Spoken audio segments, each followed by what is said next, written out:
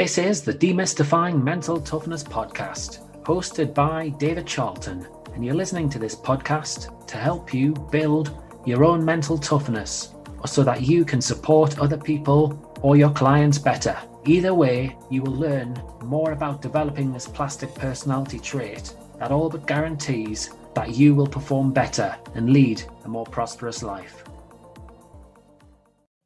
Hi, and welcome to episode 149 of the Demystifying Mental Toughness podcast with your host, David Charlton. It's not long now till Christmas, only 2 days to go. I hope you're all sorted. For a change, I'm well organised, so hopefully this next 48 hours won't be too stressful. Now, this episode is a short solo episode again, and it's where I'll look at challenges that a lot of parents actually have to deal with, and something that we get questioned a lot. So how do I help my child deal with strong emotions? So when you consider playing sport, children's lives are littered with challenges and difficulties, from being dropped from squads or teams, losing form or skills, being injured in the recovery period. You've got selection bias, being bullied, being played out of position, and of course, making mistakes and losing, as well as many more. Now, this often evokes a lot of emotion, not just in the child, but in the parents too, depending on what place they're in. So let's think about why talking about such difficulties with children is so important. Now, the conversations may not seem easy, but taking a proactive stance, discussing these events in age-appropriate language can really help a child feel safe and a lot more secure.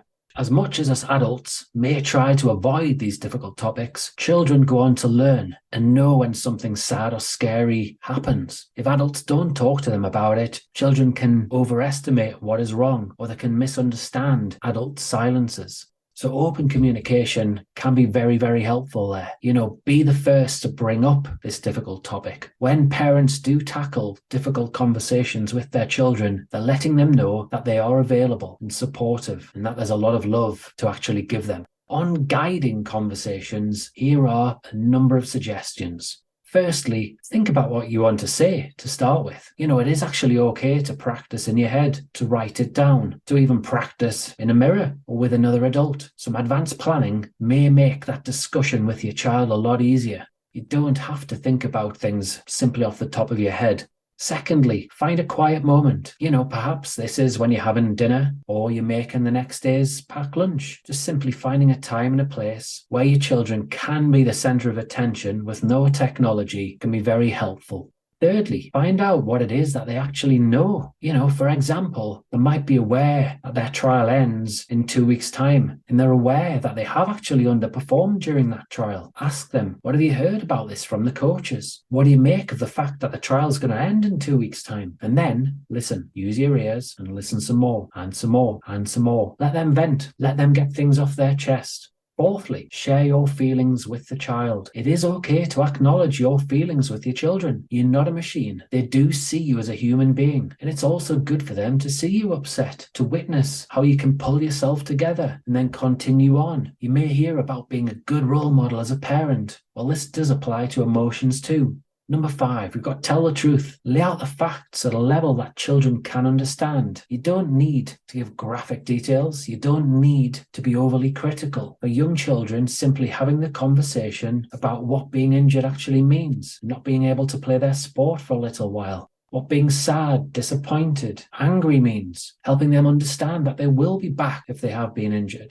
Perhaps do some other fun activities in the meantime, that they could hold on to memories of having fun on the pitch in the past and being with their friends. So point 6, say, I don't know. Sometimes the answer to a question should be, I don't know. Or maybe you want to Google it. For argument's sake, why did the coach drop Erin from a squad? I might be next. That's what a child might say to you. And I don't know, it does fit that question. You can't get into the coach's mind, can you? Above all, your job really is to reassure your child. At the end of the conversation, reassure them that you're going to do everything you know to help keep them safe, to watch out for them. Reassure them that you're going to be available to answer any questions, to talk through the topic again in the future. In the meantime, you're going to try and find out the answer to their question. Reassure them that they are loved. That's the most important thing. And then lastly, number 7 is take good care of yourself. Life can be extremely busy for parents, playing taxi driver, balancing work pressures and chores. Then you've got life events and experiencing the emotional roller coaster, what is youth sport. It can make it exhausting at times. So don't forget to take some care of yourself. This is going to mean that you're going to communicate better with your children and with other people. So maybe you want to turn off the news. You might want to take a break, rest up, have a cat nap, get some extra sleep, engage in some activity, or just do something that's going to lift your spirits and those of your family too. Now, I sincerely hope that you found this episode a useful one.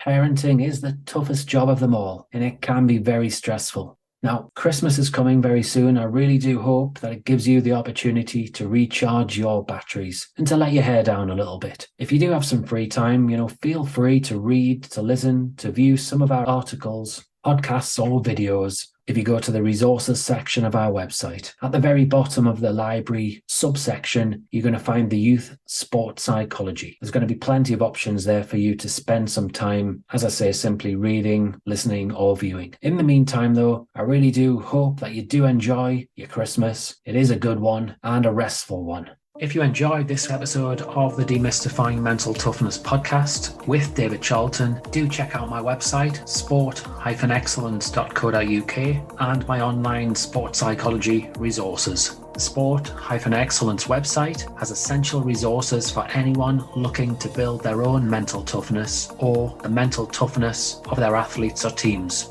or if you want to achieve peak performance more often or optimal functioning. The Sport Excellence website has everything you need to keep moving forward and thrive. So go on, head over to sport-excellence.co.uk to find out more.